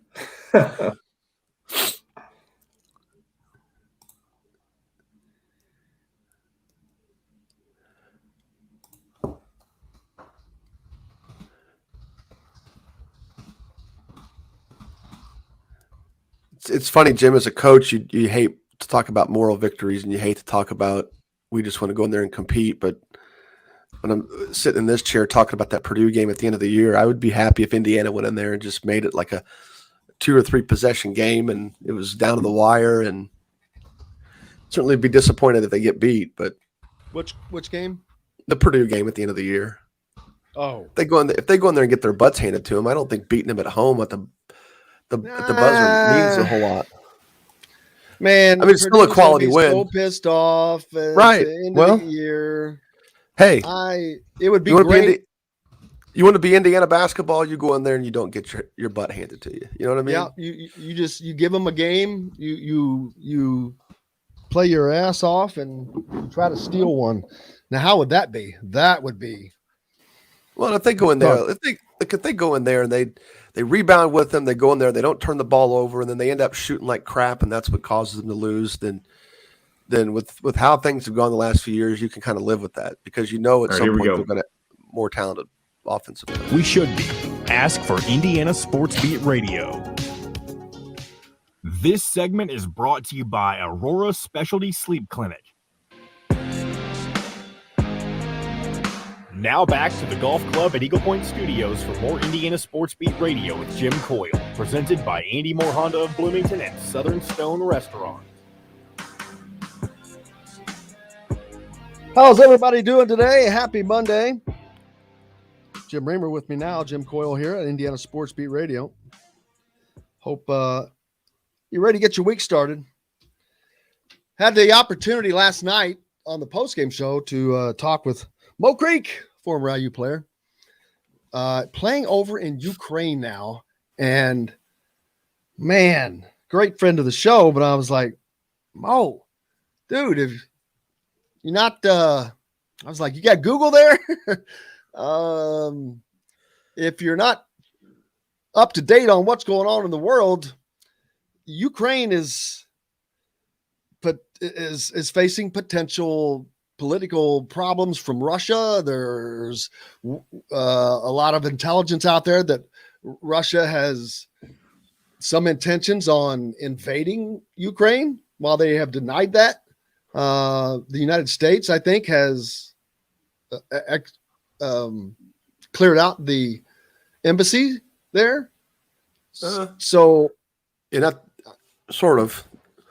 They're definitely telling everybody to get out, except the embassy's staying open. But that was just okay. The embassy's staying open. I thought they'd clear that, but I was like asking Mo, and he's like, he's just shrugged it off, man. I'm like, man, I'd be worried sick.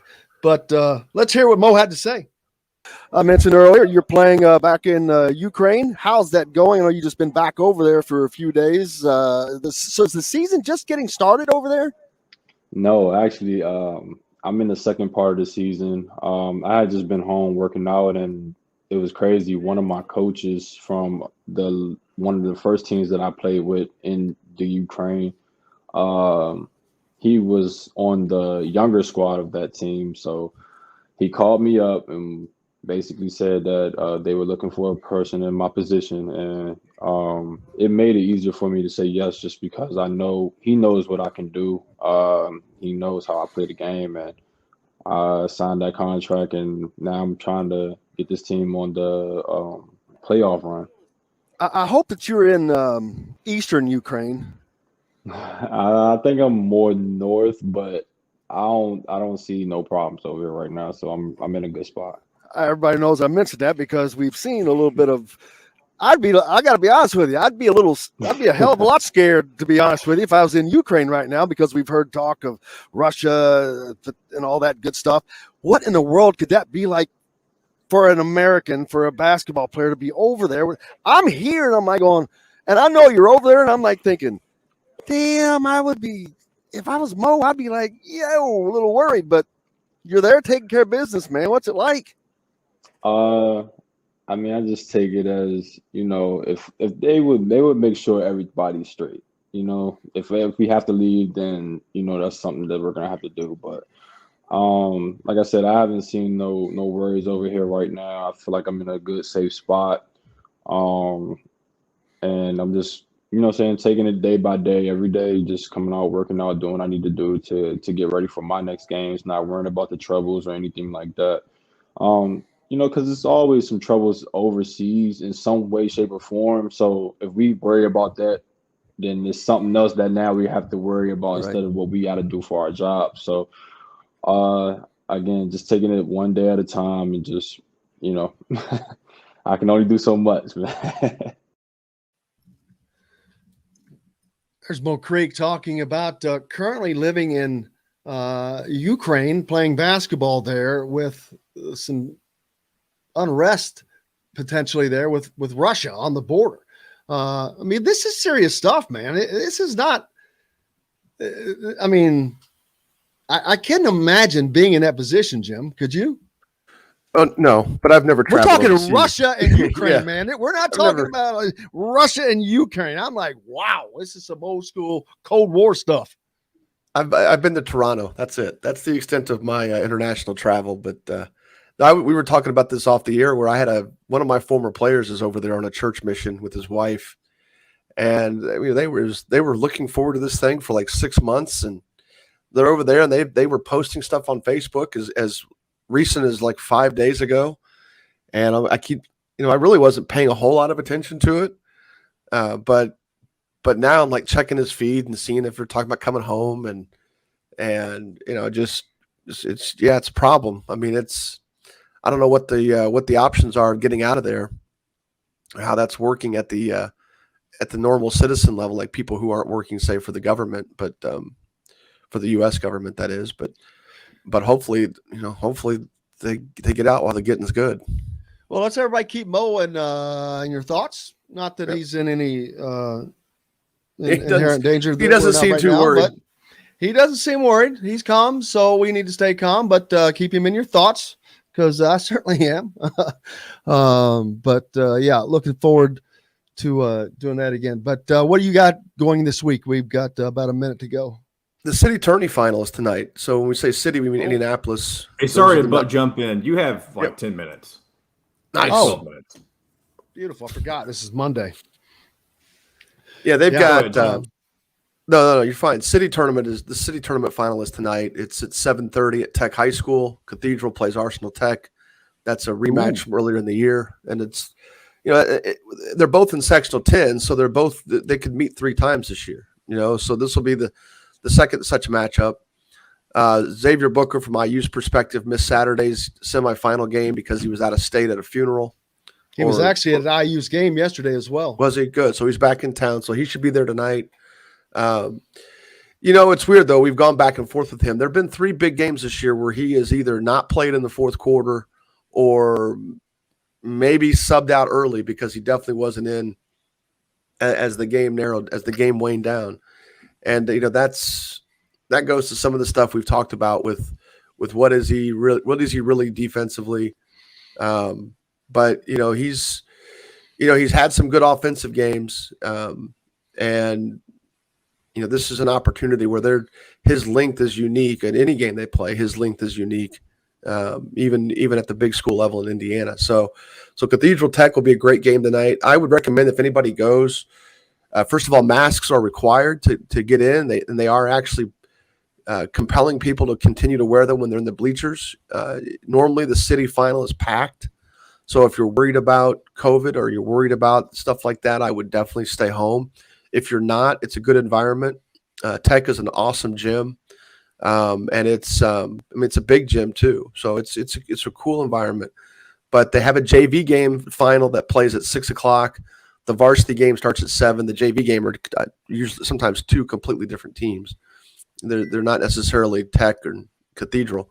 So that game starts at 6. So if you get there early, like you would at a normal high school game, you will be able to get better parking, and you'll be able to watch the JV game and probably get a better chance of. I think the parking thing is the key for me. So I'll be rolling in there about 6:15. Parking is always the key, man. Yeah. You got to have good parking. Getting back to Indiana's offense, it's how would you describe it? I know they've talked about the 4 out, 1 in, and people wanted to see motion because Miller Kopp and Parker Stewart don't get involved. But yesterday, Parker Stewart did something that he hasn't done much of: catch and shoot. Looked very good, very smooth in doing it. He hit 3 back-to-back 3-pointers, I believe. But just catch and shoot. And before that, he was catching and either thinking or looking before contemplating a shot. And he has just got to get on a catch and shoot mantra because he's got that kind of quick release and accuracy that he can do that. Yeah, he's statistically been the better of the 2 newcomers. And I know he was here last year, or he's at IU last year, but he didn't play. But so of those 2, of him and Kopp, he's been the more successful too. But I think Kopp would benefit exactly from what you're talking about too. Just getting situations where you are catch and shoot, that basically you're greenlit into getting those shots. But offensively, IU is a lot of early action to get post feeds to trace. And there's absolutely nothing wrong with that, as long as it's not the only thing you do. And as long as it has enough variable to it to make yourself hard to scout, and you don't have to have a lot of complexity to be difficult to scout. Sometimes you can be difficult to scout by being uniform in your approach, but then vary how you finish on the back end of your action. And that's, I go back to the Butler stuff, which is also the Ohio State stuff, and because of just all the different coaching connections of that program has put out over the years. But a lot of their stuff looks the same at the beginning, but then goes and splits in different ways as the set and series move on. But Indiana obviously has a focal point of trying to get the ball to trace. There's absolutely nothing wrong with that. But there's some times where that's kind of all they do, and the stuff they do early in a possession is sort of false motion. You've heard Charlie and I talk about this in the past, where the teams will do things just to move the defense, but there's really no purpose of scoring in those situations. By the way, I agree with the person that said they'd like to see Geronimo play more. Looking at some of the chat stuff that's coming across. Absolutely. Yeah. But, motion's not something you just do. You got to teach from day one, and day one is, April, really. The day one is the week you take a week off when the season is over, and you start installing that thing right away, because it is an easy offense to teach in terms of responsibility and rules, but it's a hard offense to master. And that's why I think that's why some coaches have gone away from it. So, oh yeah, I forgot about the John Stockton deal. Gonzaga suspended his season tickets because of a mask issue. Yeah, just look, masks are harmless. Just wear your mask. I know it's a pain in the butt. Trust me, but why? Get one that's comfortable. I've got one that's comfortable.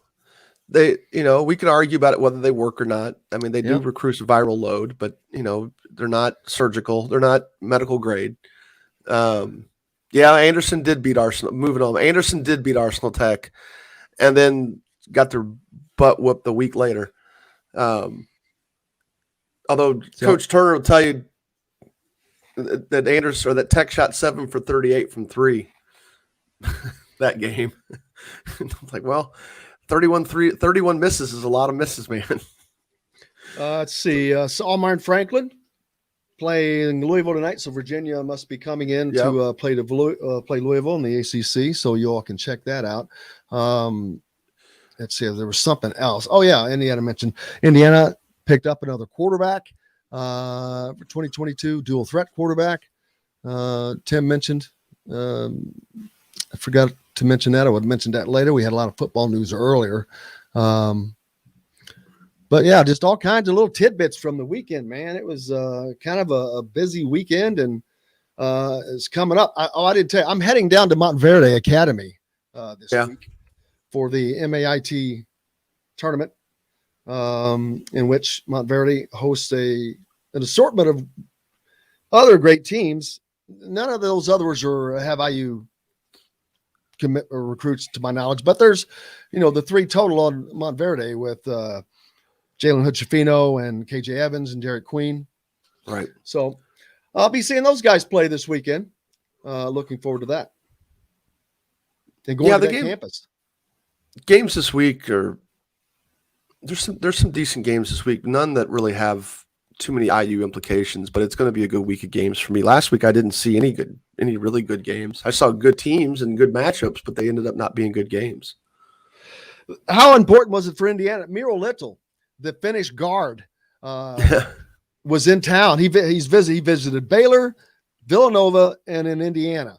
And what I said earlier was Baylor is coming off the national championship team. That's cool.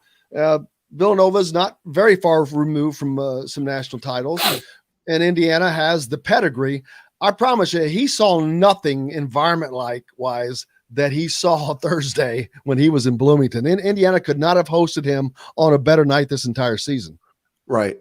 Well, and he's got to consider too the developmental aspect of what that program could bring for him. I mean, look, Villanova's produced a decent amount of NBA guys lately. They have done a good job with unheralded players who have come in and stuck at the NBA level. I think Woodson's going to have to sell that aspect of their program and start to develop. Having the NBA experience he does, that will help him in a myriad ways. It will. It will in the living room. It's got to translate to workouts and how they improve. I mean, I think, look, we can see Trace Jackson Davis is a better player than what he was last year.